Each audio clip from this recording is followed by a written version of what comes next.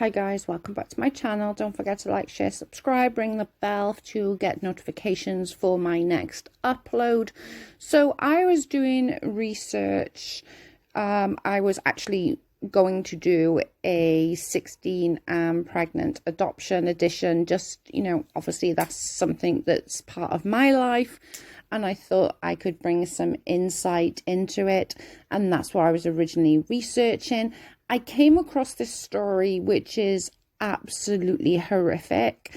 And I thought I would do this before doing the one I was initially starting. So let's get into it. Laurie was part of the 16 and Pregnant franchise. She was in season 2, episode 5. She also chose adoption. I believe they wanted to try and get someone after the season 1 with Caitlin and Tyler that would choose adoption again. Now, her story really did break my heart, probably a little bit close to home for me, but a lot like Caitlin and Tyler, her parents were behind it. Just with Caitlin and Tyler was very much behind the adoption. I don't believe, and this is just my opinion, that Caitlin would have chose adoption if it wasn't for Tyler. Very much with the Laurie situation is that she wouldn't have chose adoption if it wasn't pushed by her parents. Her parents were her adoptive parents. They adopted her as a baby. I'm not really sure. I don't remember exactly why she was adopted.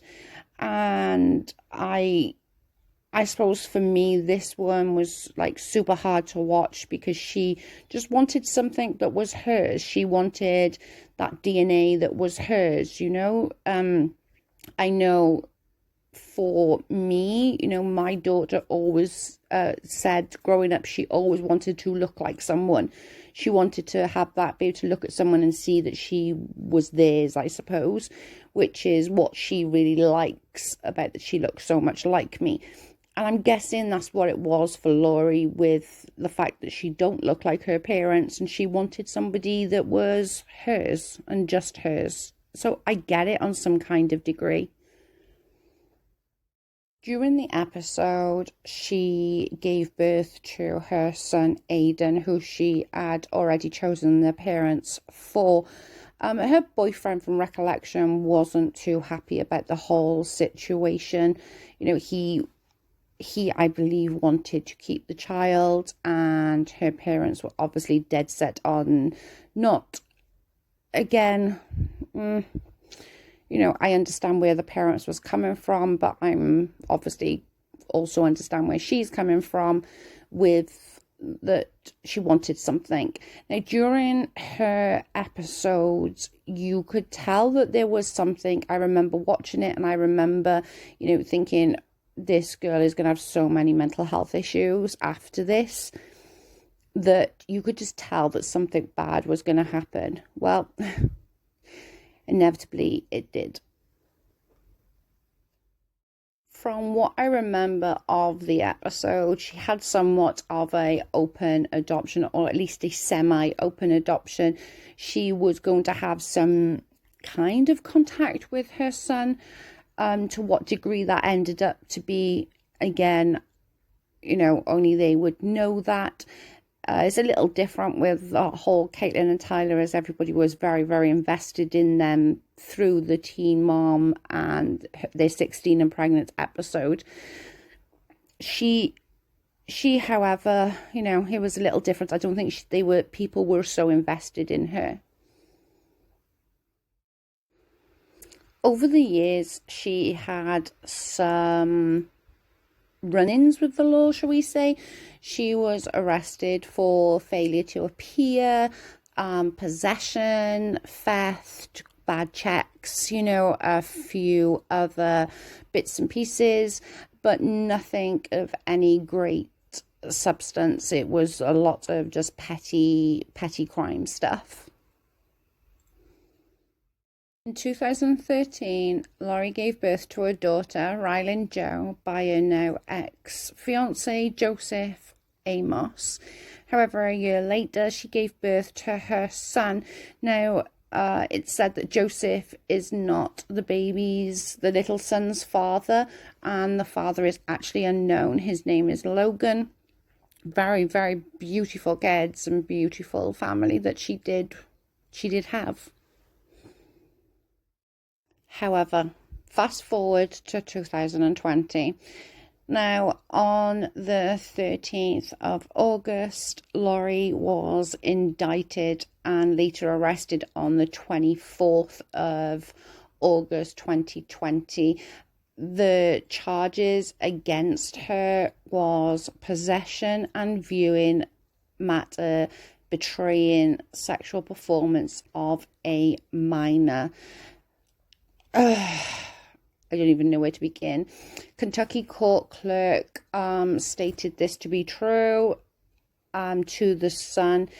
She was later released on a $10,000 cash bond only. Now, I don't understand the whole system, the bond thing. We don't have that here.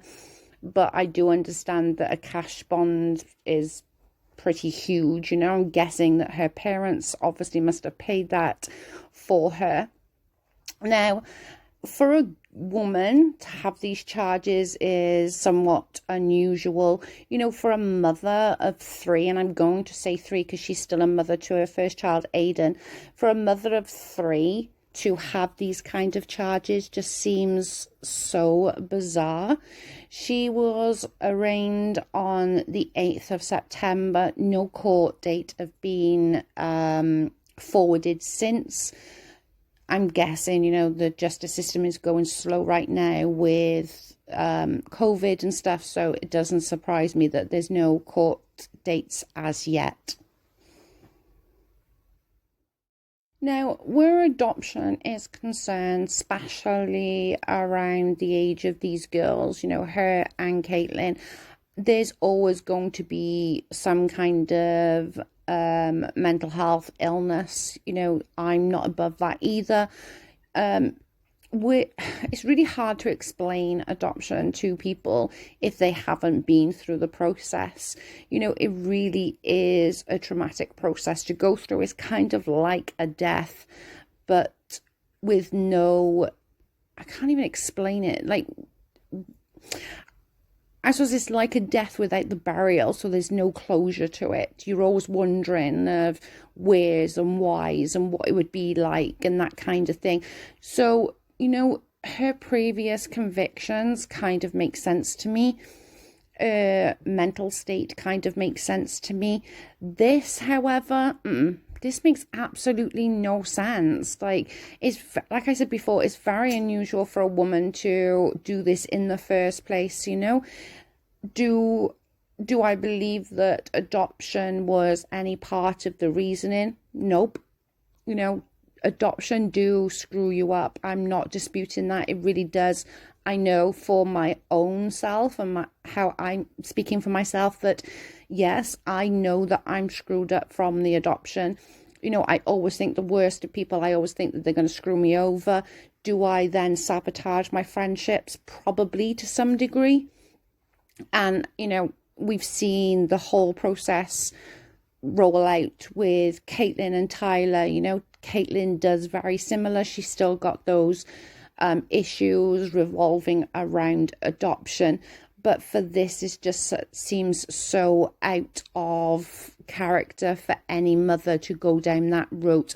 And to have it on both her iPhone and her laptop would donate. It wasn't a excuse me, it wasn't an accidental download, or it wasn't, I was watching something off an illegal site. Do you know what I'm saying? It was intentionally on her phone. She had intentionally downloaded this on her phone. And then again, I have more questions too. Well, where is the children? Are they with her parents? Because they obviously can't be with her, surely. I'd want then, were the children safe while they were with her? Did anything come about of her children? I have so many questions, guys. There's so many questions running around in my head right now. I don't even know where to begin. There is, again, no court date as yet, but I will keep you all informed on that as soon as I come across anything. this just seems all a lot, you know. I wonder what restrictions were on her release. I'm guessing if it was here, it would be no electronics, you know. You would have to probably have a curfew as well, not allowed in a certain distance of a school.